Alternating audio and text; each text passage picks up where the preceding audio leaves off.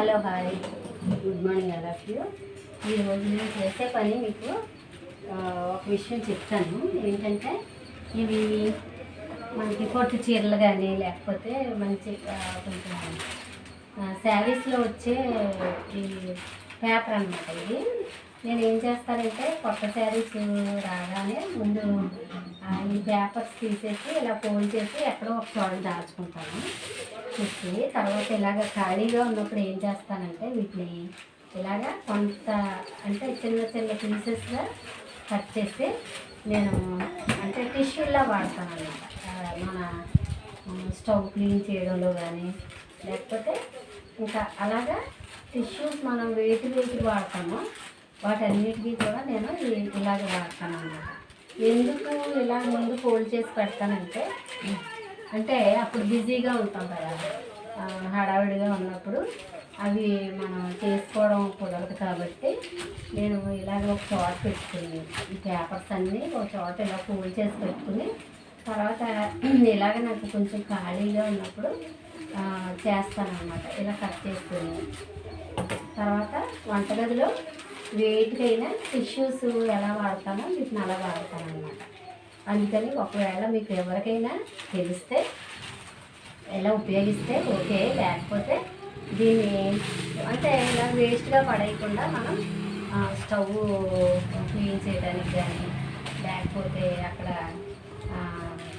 చుట్టుపక్కల క్లీన్ చేయడానికి కానీ అది వాడతాను అన్నమాట. ఇలాగ కట్ చేసుకుని పెట్టుకుంటాను.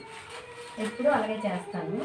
ఇవి అయ్యేంత వరకు కూడా ఇవే యూజ్ చేస్తాను అన్నమాట. ఆయిల్ కానీ లేకపోతే నెయ్యి ఇలాంటివి ఏమైనా పడ్డాయంటే వీటితో క్లీన్ చేయడం ఎంతో ఈజీ. ఎందుకంటే చక్కగా ఈ పేపర్ ఇలా పెట్టేసామంటే చాలా బాగా క్లీన్ అవుతుంది అన్నమాట. ఫస్ట్ శారీలో తీయగానే ఇలా ఫోల్డ్ చేసేసుకుని ఒక బ్యాగ్లో పెట్టేసి ఉంచుతాను. ఇప్పుడు వీటిని ఓపెన్ చేస్తాను అన్నమాట. ఓపెన్ చేసి ఒక్కొక్కటి ఇలాగా పొడవుగా పెట్టేసి చక్కగా కట్ చేసుకుంటే మనకి ఎంతో ఉపయోగపడతాయి. నెయ్యి, నూనె లేకపోతే పెరుగు ఇలాంటివి బాగా పీల్చుకుంటాయి అన్నమాట. అంటే క్లాత్తో మనం నెయ్యి నూనె వేయి తుడిచామనుకో, అది తుడిస్తే ఏమవుద్దంటే మళ్ళీ వేరే ప్లేస్లో దాన్ని పెట్టి తుడిచేసరికి మనకి అదంతా ఖరాబ్ అయిపోద్ది. అందుకని ఇలాంటి పేపర్స్ ఉంటే మనం ఏం చేయాలంటే చక్కగా వీటిని ఒకసారి అలా క్లీన్ చేసుకుని డస్ట్బిన్లో పడేస్తే సరిపోతుంది. ఇంకో విషయం ఏంటంటే ఒక పేపర్ తయారు చేయడానికి ఎన్నో చెట్లని నరకాల్సిన పరిస్థితి వస్తుంది. అందుకని పేపర్ని చాలా సాధ్యమైనంత వరకు మనం ఉపయోగించేసుకోవడం మంచిదన్నమాట. అంటే ఎన్ని రకాలుగా ఉపయోగించవచ్చో అన్ని రకాలుగా కూడా యూటిలైజ్ చేసుకుని చివరికి అది ఎందుకు ఉపయోగపడదు అన్నప్పుడు మాత్రమే పడేయాలి. అప్పటి వరకు కూడా పేపర్ని ఉపయోగించుకోవడం మనకి మంచిదన్నమాట. వేస్ట్గా పడేయకూడదు. ఎందుకంటే ఇది తయారు చేయడానికి ఎన్నో మొక్కల్ని కట్ చేస్తే ఎన్నో చెట్లని కట్ చేస్తే కానీ కొంత పేపర్ తయారవ్వదు. కాబట్టి ఈ పేపర్ని అనవసరంగా వేస్ట్గా పడేయకూడదు. అది మాత్రం గుర్తుపెట్టుకోండి. చాలామంది శారీస్లోంచి ఇలా తీసి అవతల పడేస్తారు. అది మాత్రం కరెక్ట్ కాదు అని నేను అనుకుంటున్నాను. చూడండి, ఇలా చేసుకున్నామంటే మనం చాలా కాలం మన వంటగదిలో ఉపయోగించుకోవడానికి చాలా బాగా ఉపయోగపడతాయి అన్నమాట. ఒకసారి ట్రై చేయండి. అంటే టిష్యూస్ కొనుక్కోవచ్చు, కానీ ఎందుకు మన దగ్గర ఉన్నదాన్ని యూటిలైజ్ చేసుకోవడం మంచిది కదా. అందుకని నేను ఈ వీడియో చేస్తున్నాను. ఎప్పుడు ఇలాగే చేస్తాను నేను. కొత్తవి బట్టలు వచ్చినప్పుడు శారీస్లోంచి లేకపోతే మనకి ఇలాగ పేపర్లు పెట్టిస్తారు కదా, అవన్నీ కూడా నేను ఇలా చేస్తాను అన్నమాట. ప్రతిసారి కూడా ఇలాగే చేస్తాను. చేసి చక్కగా చాలా కాలం ఉపయోగించుకోవచ్చు. అంటే మనకి వీలైనంత ఇవి పూర్తయ్యే వరకు వీటినే వాడతాను. అందుకని మీలో ఎవరికైనా ఇంకా తెలియకపోతే లేకపోతే పడేస్తూ ఉంటే ఇవి దయచేసి పడేయకుండా చక్కగా ఇలాగ ఉపయోగించుకుంటారని నేను ఈ వీడియో చేస్తున్నాను అన్నమాట.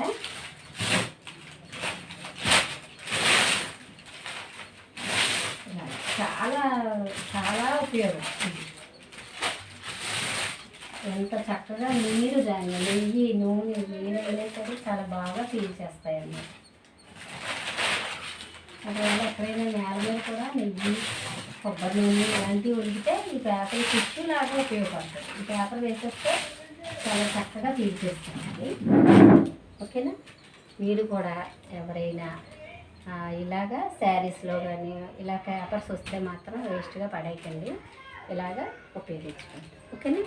తర్వాత మనం ఎప్పుడైనా తడి చేతులు క్లీన్ చేసుకోవడానికి కూడా ఉపయోగించుకోవచ్చు. Okay, bye.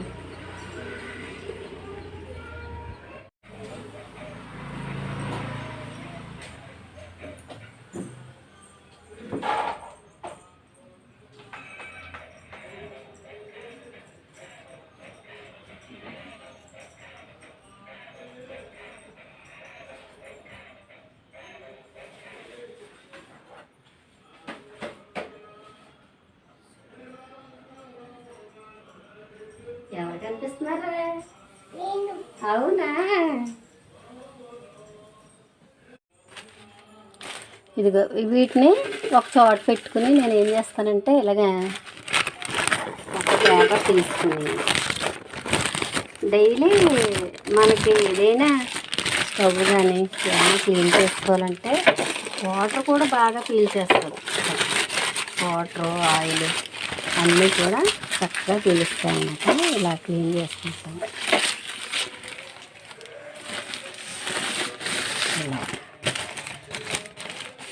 చూడండి వాటర్ ఎలా అబ్జర్వ్ చేసుకుంటుందో. వాటర్ డస్ట్ అంతా కూడా చాలా నీట్గా వదులుతాయి, అదే నీట్గా తయారవుతుంది. అందుకని నేను ఈ శారీస్లో వచ్చిన పేపర్స్ మాత్రం చాలా జాగ్రత్తగా ఉంచుకుంటాను అన్నమాట. చూడండి ఎంత చాలా నీట్గా క్లీన్ అవుతుంది కదా. కొంచెం ఒకవేళ ఇక్కడ నీళ్ళు అదే తడి ఉంటే ఓకే, ఒకవేళ తడి లేదనుకోండి మనం ఇది పేపర్ మీద ఒక 2 నీళ్ళు చుక్కలు చల్లితే చాలా చక్కగా క్లీన్ అవుతుంది అన్నమాట. నాకు ఇది బాగా అనిపిస్తుంది, ఎందుకంటే మనం పేపర్ని వేస్ట్ చేయకుండా చక్కగా వాడుకుంటే బాగుంటుంది. చూడండి ఇలా అయిపోయింది కదా, దీన్ని ఇంకా మనం పడేసేయచ్చు అనమాట, వేస్ట్గా పడేయచ్చు. అర్థమైంది కదా?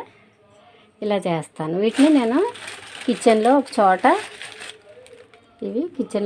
పెట్టుకుంటాను. పెట్టుకుని ఇలా క్లీన్ చేస్తాను అనమాట. తర్వాత చూడండి మనకి ఆయిల్ పడింది అనుకోండి ఒక చోట, ఎక్కడైనా ఆయిల్ పడితే అది కూడా చాలా బాగా వదిలిపోద్ది అనమాట. ఇలా అన్నీ చాలా బాగా క్లీన్ చేసుకోవచ్చు.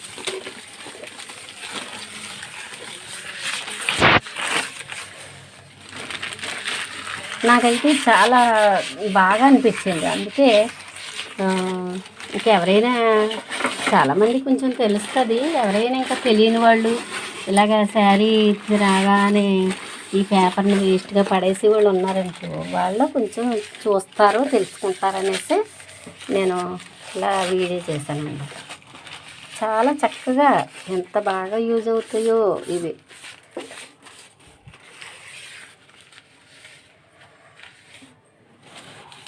ఓకేనా? మీరు కూడా ఎవరైనా అవసరమైన వాళ్ళు ఇలాగ ఉపయోగించుకోండి. ఇలా పాడైన దాన్ని మనం పడేయచ్చు. ఓకేనా? బాయ్. చూడండి ఎంత నీట్గా అయిందో. నేను దోశలు వేస్తున్నాను. ఏంటంటే పిల్లలందరికీ ప్లెయిన్ దోశలు వేసేసాను. అయితే నేను పిండిలోను పచ్చిమిర్చి, ఉల్లిపాయలు, జీలకర్ర కలుపుకొని ఇప్పుడు దోశలు వేస్తున్నాను. ఇది చాలా ఇష్టం నాకు, ఎందుకంటే కొంచెం పులిసిన తర్వాత చాలా రుచిగా ఉంటుంది అన్నమాట. అందుకని నేను తప్పనిసరిగా ఇలాగ ఉల్లిపాయ వేసుకుని నేను దోశ వేసుకుంటాను అన్నమాట. చాలా బాగుంటుంది రుచి. అయితే నాకు ఇది బాగా నచ్చుతుంది. చూడండి, ఉల్లిపాయలు, పచ్చిమిర్చి, కొంచెం జీలకర్ర.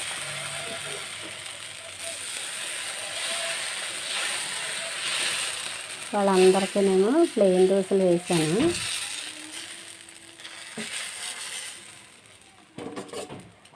పిల్లలు కానీ పెద్దవాళ్ళు కానీ మిగతా వాళ్ళందరూ కూడా ఇలా ఉల్లి పచ్చిమిర్చి వేస్తే తినరు.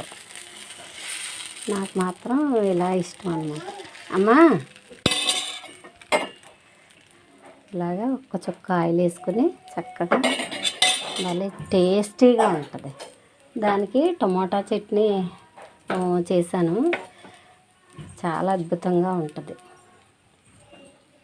చూడండి ఇలాగా, అంటే ఇలాగా కొంచెం పులుసున దోశలో ఏమవుతుందంటే ప్రోబయాటిక్స్ ఉంటాయి కదా, అందుకని చాలా ఇష్టం అన్నమాట నాకు. ఓకేనా, చూసారు కదా, నీరు కూడా ఇంకో దోశ వేసాను, కాలుతుంది. చాలా టేస్టీగా ఉంటుంది. ఇక్కడేమో టమాటో చట్నీ, ఇక్కడేమో దోశ పొడి వేసాను అనమాట, విడిగా వేసాను.